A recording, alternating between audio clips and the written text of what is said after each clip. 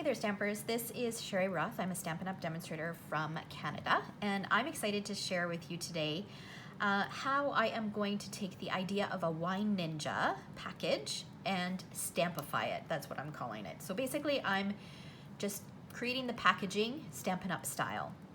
So I had not heard of Wine Ninjas until about 3 weeks ago when I received a package on my doorstep that included a bottle of wine and some other goodies, and I was flabbergasted. I thought it was such a great idea. So I did a little bit of research, and I decided that I wanted to do something similar.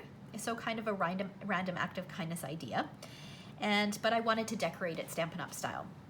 So I took a card idea that I shared in a previous video, and I'll link that below. I cut off, like I turned it into just a card front and then added it to a simple craft bag. So that is going to be what everything is included in.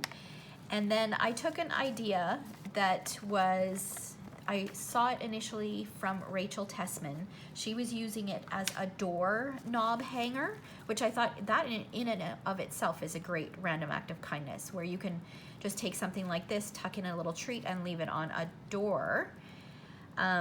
But I wanted to convert it so that I could turn it into a wine tag. So I'll have better pictures on my blog, which I will link below. I know it's kind of hard to see right now. So I will show you how I altered that. And basically I took the same idea from the card and converted it to decorate the front panel of the pocket. And then also included in my little gift package will be some some Body Shop lotion or hand cream and lip balm, some little wine gums, some Twizzlers, and then of course the bottle of wine, and I will likely include a couple bottles of beer as well. Okay, so let's go ahead and get started. I'll show you how simple this is to create. So first up, you will need a piece of Whisper White cardstock that measures 4 1/4 inches by 11 inches.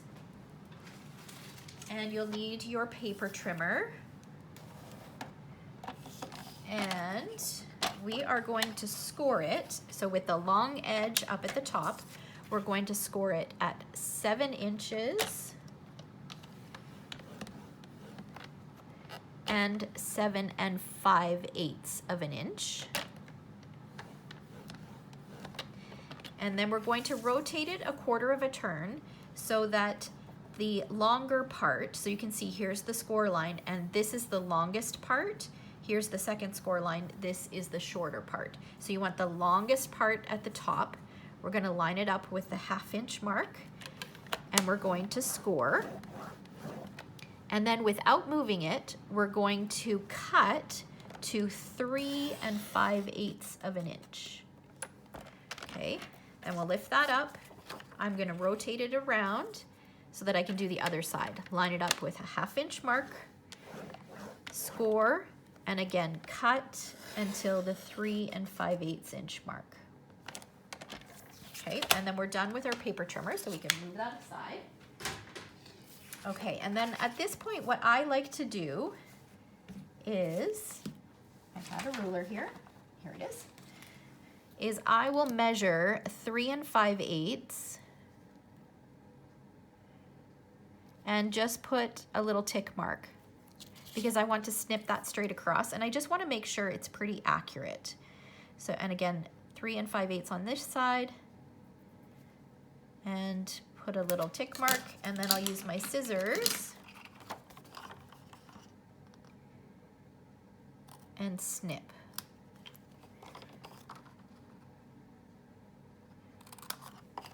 All right, okay, and then while we've got our scissors, we're going to snip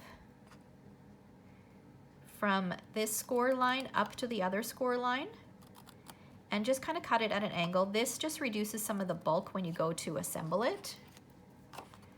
That is not straight, but that's okay, you won't see it. Do the same on this one, and then we'll do the same thing on the other side.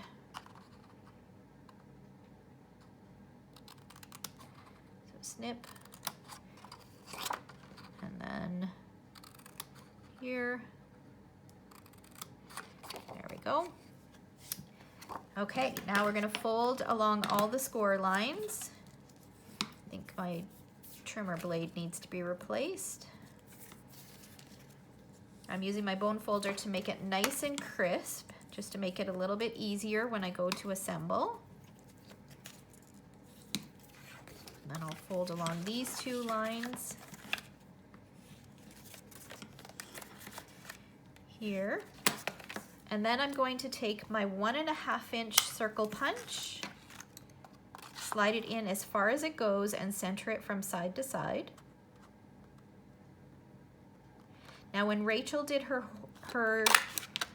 door hangers, I believe she used a 2-inch circle punch, if I remember correctly. And then she also suggested if you've got door hangers, doors that it won't fit over the doorknob, what you can do is you can take your scissors and just snip it along here, and that would allow you to kind of hang it on the door hanger. So just keep that in mind if you want to use them as door hangers rather than wine. Okay, and then what I'm going to do is I'm going to take some tear and tape, and I'm going to run it along the outer edge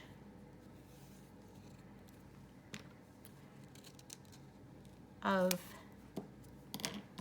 this panel, and then the little tab at the bottom, and then the outer edge over here. And I'll explain why that you want to go to the outer edge and not to the score line in a minute when I go to assemble.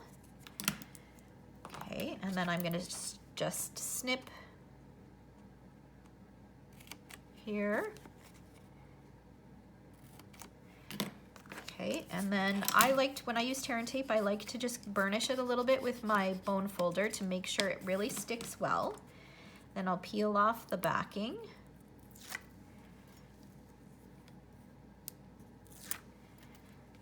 And my paper piercer just allows me to get underneath that backing really easily. I don't have much for fingernails, so. Okay, and then where I snipped that, there might be a little bit of overhang. So I'll just fold that back onto itself. There we go. And then we want to, did I do this wrong? Oh, you know what? Let's just fold it this way and it'll be fine.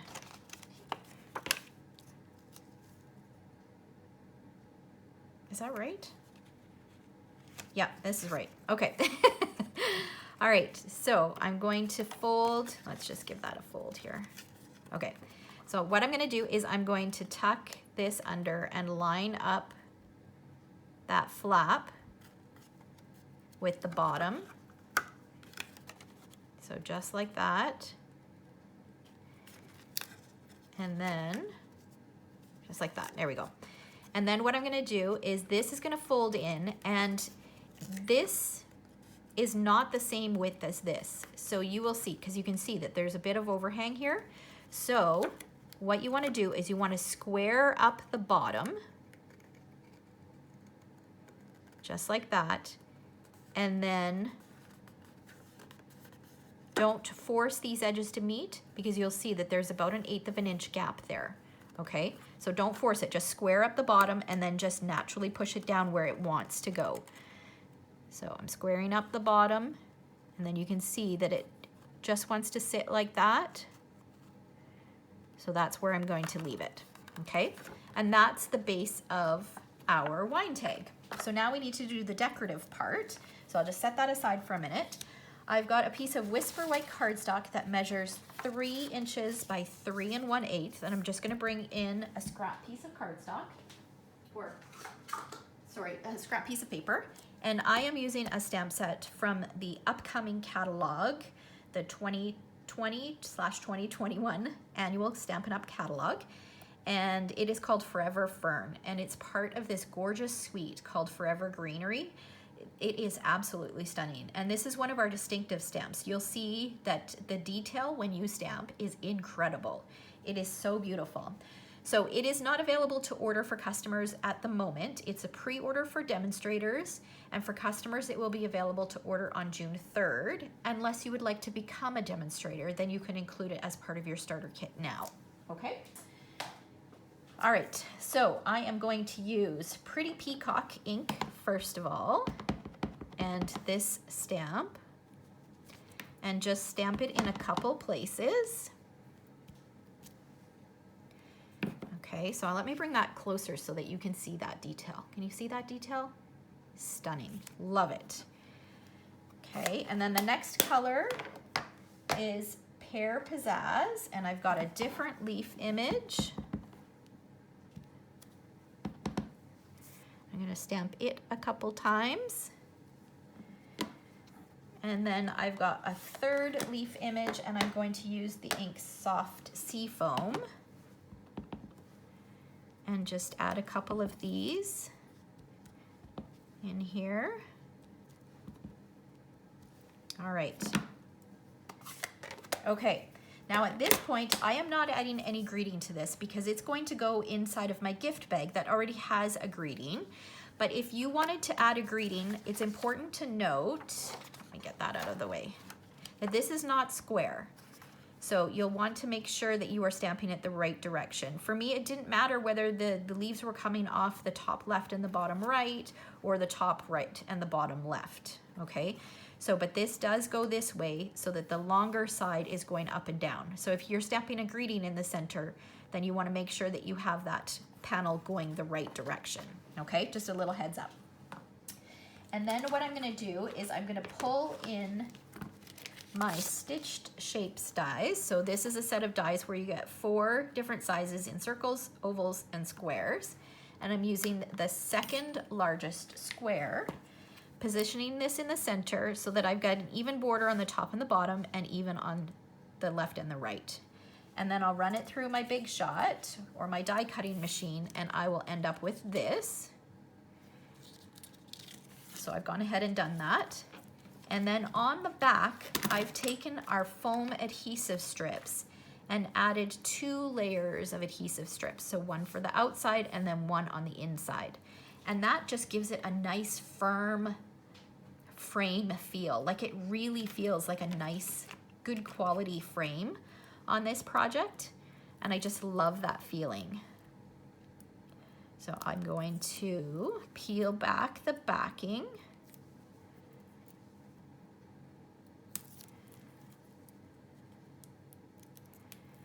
On all of these little pieces.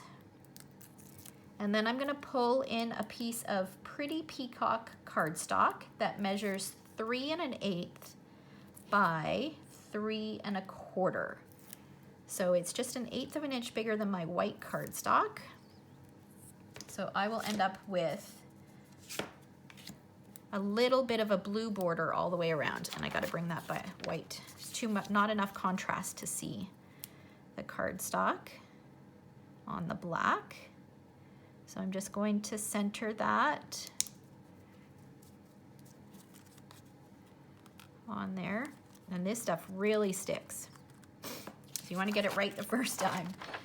Okay, and then I find the best adhesive for this is Tombow, or our multi-purpose glue, because it will allow you the flexibility to kind of move it around once you get it in there.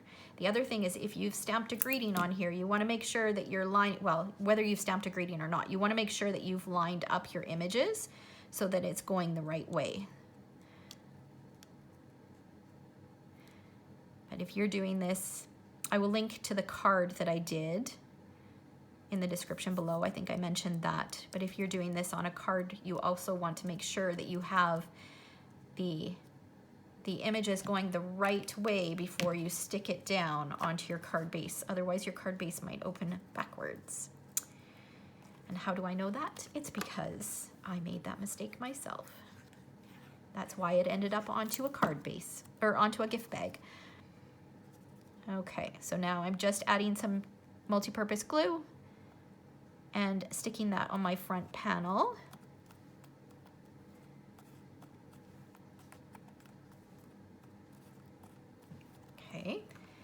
And then I've gone ahead and I've used the butterfly duet punch. So this double butterfly, it's got a big butterfly and a little butterfly. I've punched it out using some vellum cardstock. And then I used some of our rhinestones and stuck them down the center of its body. So I used one of each of the 3 different sizes. Just add a little bit of Tombow behind there, and then the butterfly will get tucked in here. And there we go, our wine tag is done. Now a little tip, if depending on what you're putting in the pocket, because that's a substantial pocket, these little mini chocolate bars kind of get lost in there. But what you can do is you can just take a little bit of paper shred. So this is the paper shred that I have, that I just picked up at a local craft store. I just put a tiny little bit of paper shred in the bottom.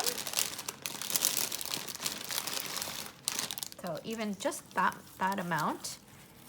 And you can tuck it down. You don't even have to get it all in. I kind of like it when some of it is sticking out.